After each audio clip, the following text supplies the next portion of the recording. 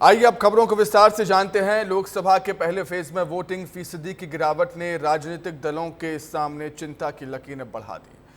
हालांकि मंचों से सभी पार्टी के नेता ये बात साबित करने में लगे हैं कि पहले फेज की कम वोटिंग का नुकसान उनको नहीं होगा। मैं पहले चरण का परिणाम बता दूं आपको, बताओ। 14 का रिकॉर्ड टूटेगा, 19 का रिकॉर्ड टूटेगा। कांग्रेस का सुपड़ा साफ होगा। ये ऐतिहासिक वोटों से दानिश शनी जीत करके जा रहे हैं। देश में पहले चरण के चुनाव संपन्न हो चुके हैं। देश के 21 राज्यों की 102 सीटों पर उम्मीदवारों के भविष्य का फैसला इन ईवीएम मशीनों में कैद हो चुका है। लेकिन हर बार की तुलना में इस बार वोटिंग प्रतिशत में गिरावट देखने को मिली। पहले चरण में वोटिंग प्रतिशत देखा जाए तो सबसे ज्यादा मतदान त्रिपुरा में हुआ। यहाँ 80.35% मतदान हुआ है। बिहार में सबसे कम 48.50% वोट पड़े हैं। पश्चिम बंगाल में 77.57% मतदान हुआ। पुडुचेरी में 73.76% वोट पड़े। असम में 72.27% वोट पड़े और मेघालय में 74.33% वोटिंग हुई। मध्य प्रदेश में पहले चरण के रण में 6 लोकसभा सीटों सीधी, शहडोल, जबलपुर, मंडला, बालाघाट और छिंदवाड़ा में मतदान हुआ। अगर वोटिंग परसेंटेज देखा जाए तो मध्य प्रदेश की 6 सीटों की बात की जाए तो 67.08% वोटिंग हुई। वर्ष 2019 से अगर तुलना की जाए तो इस बार लोकसभा की इन 6 सीटों पर वोटिंग परसेंटेज घटी है। छिंदवाड़ा 69.18%, 2019 में वोटिंग प्रतिशत 82.42। बालाघाट 73.18% वोटिंग, 2019 में 77.66 वोटिंग प्रतिशत। शहडोल 63.73% मतदान, 2019 में 74.77 वोटिंग प्रतिशत। मंडला में 72.49% तो 2019 में 77.79% वोटिंग। जबलपुर में 60.52% तो 2019 में 69.46% मतदान। सीधी में 55.19% तो 2019 में 69.50%। मध्य प्रदेश में पहले चरण का मतदान हो चुका है। इस मतदान ने एक नई चर्चा, एक नई बहस शुरू कर दी है और ये बहस इस बात को लेकर है कि आखिर वोटिंग परसेंटेज क्यों घटा। राजनीतिक पंडित और वरिष्ठ पत्रकारों का विश्लेषण ये कहता है कि कहीं ना कहीं राजनीतिक दल लोगों तक अपनी उस बात को, अपने उन विचारों को नहीं पहुंचा पाई जिसका वो दावा करते नहीं थकते। वहीं अगर देखा जाए तो भाजपा का ये कहना है कि ये वोटिंग परसेंटेज घटना मैटर नहीं करता, पूरा जो है लोग रुझान उनकी तरफ रख रहे हैं और जीत 6 की 6 सीटों पर उनकी पक्की है। वहीं कांग्रेस कहती है कि 6 सीटों में से 4 सीटें हमको मिलनी है। वोटिंग परसेंटेज घटने का सीधा सीधा जो है उनको फेवर करने वाली स्थिति है। वोटिंग प्रतिशत गिरने के कारण सियासी गलियारों में कई तरह के कयास लगाए जा रहे हैं। बीजेपी और कांग्रेस दोनों ही इसे अपने पक्ष में बता रही है। देखिए, मायने निकालना है तो गहराई से अध्ययन करना पड़ेगा इन 6 लोकसभा सीटों में, जिसमें से 5 में 2014 की तुलना में मतदान प्रतिशत बढ़ा है। अगर टोटल लगाएं तो 2% से ज़्यादा मतदान अधिक हुआ है 2014 की तुलना में। 2024 में 2019 की तुलना में घटा है।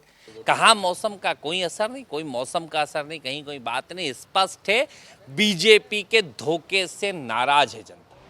वहीं चुनावी पंडितों का कहना है कि वोटिंग प्रतिशत का घटना कहीं न कहीं कांटे की टक्कर को बताता है।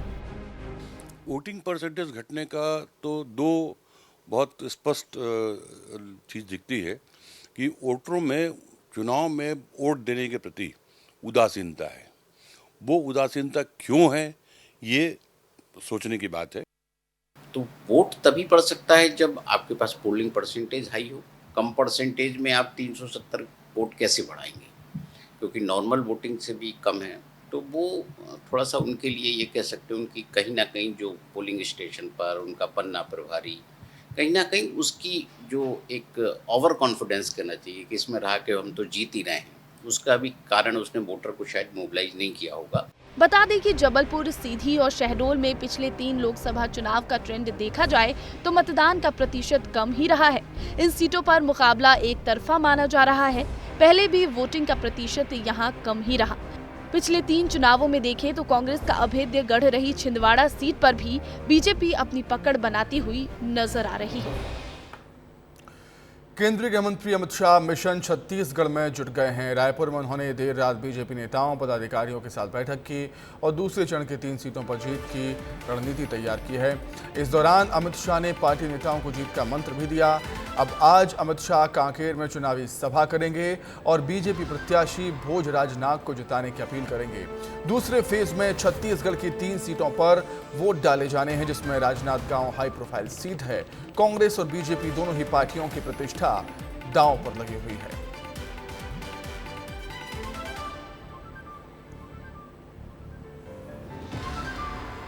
तो अब जरा आपको बताते हैं कि रायपुर में देर रात हुई अमित शाह की बैठक में क्या हुआ। बैठक में कांकेर, महासमुंद और राजनांदगांव को लेकर अमित शाह ने पार्टी नेताओं से जानकारी ली है।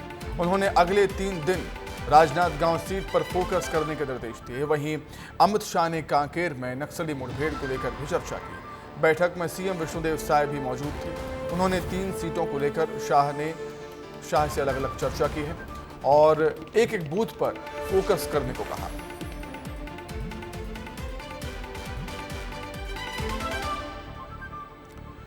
दूसरे फेज के चुनाव को लेकर छत्तीसगढ़ में बीजेपी के दिग्गज नेताओं के दौरे जारी हैं। लगातार बीजेपी के केंद्रीय नेता छत्तीसगढ़ में चुनाव को लेकर जनसभाएं कर रहे हैं। आज केंद्रीय गृह मंत्री अमित शाह और बीजेपी के राष्ट्रीय अध्यक्ष छत्तीसगढ़ में रहेंगे। आखिर क्या है बीजेपी की क्लीन स्वीप की रणनीति, इस रिपोर्ट में देखें।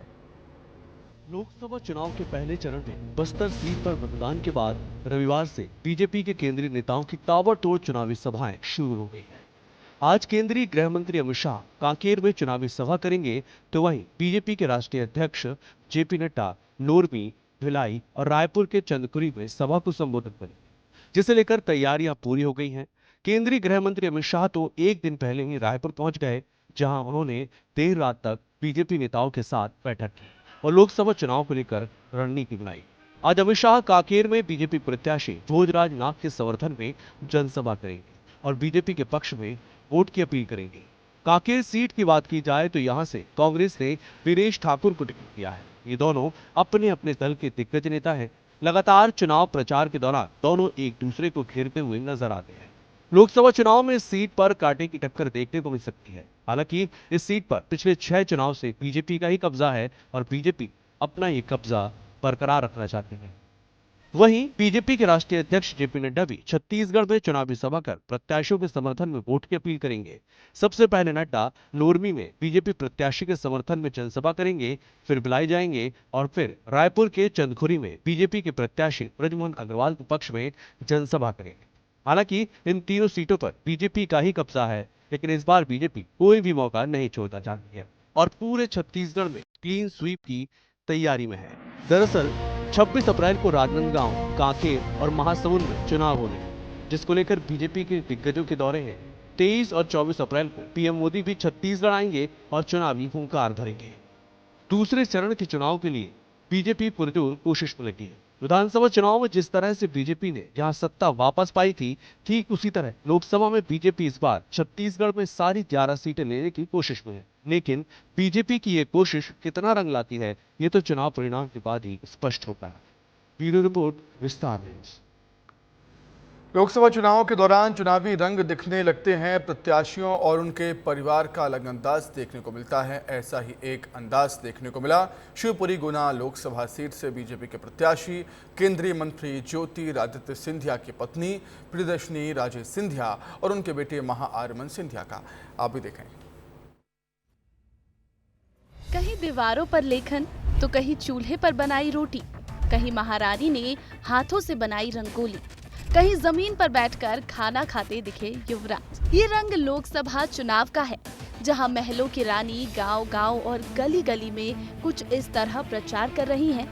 गुना सीट पर सिंधिया परिवार कुछ इसी तरह मेहनत कर रहा है। ज्योतिरादित्य सिंधिया बीजेपी से चुनावी मैदान में हैं और उनका पूरा परिवार जीत के लिए मैदान में उतरा हुआ है। पत्नी प्रियदर्शनी राजे सिंधिया और उनके बेटे महाआर्यमन के अलग अलग रंग और जुदा अंदाज देखने को मिल रहे हैं, जो शायद इस इलाके की जनता के लिए किसी सपने से कम नहीं है। प्रियदर्शनी राजे सिंधिया पिछोर के काली पहाड़ी गांव पहुंची थी। इस दौरान एक कच्चे मकान में पहुंच गई। यहाँ 2 महिलाएं चूल्हे पर रोटियां बना रही थी, तो प्रियदर्शनी राजे भी खुद को रोक नहीं पाई और चूल्हे के पास रोटियां बनाने बैठ गई। इसके बाद अशोकनगर के भैंसा गांव में प्रियदर्शनी राजे का जुदा अंदाज देखने को मिला, जहां उन्होंने पीएम आवास योजना की लाभार्थी महिलाओं के साथ रंगोली बनाई। उन्होंने अपने गले की माला उतारकर रंगोली को सजाया। करीब 2 घंटे आदिवासियों के बीच बिताए। प्रियदर्शनी लोगों के बीच पहुंचकर उन्हें अपना बना रही हैं, तो प्रचार के लिए दीवार लेखन करने से भी नहीं चूक रही। भैंसा गांव में उन्होंने दीवार लेखन भी किया और लोगों से बीजेपी को वोट देने की अपील की।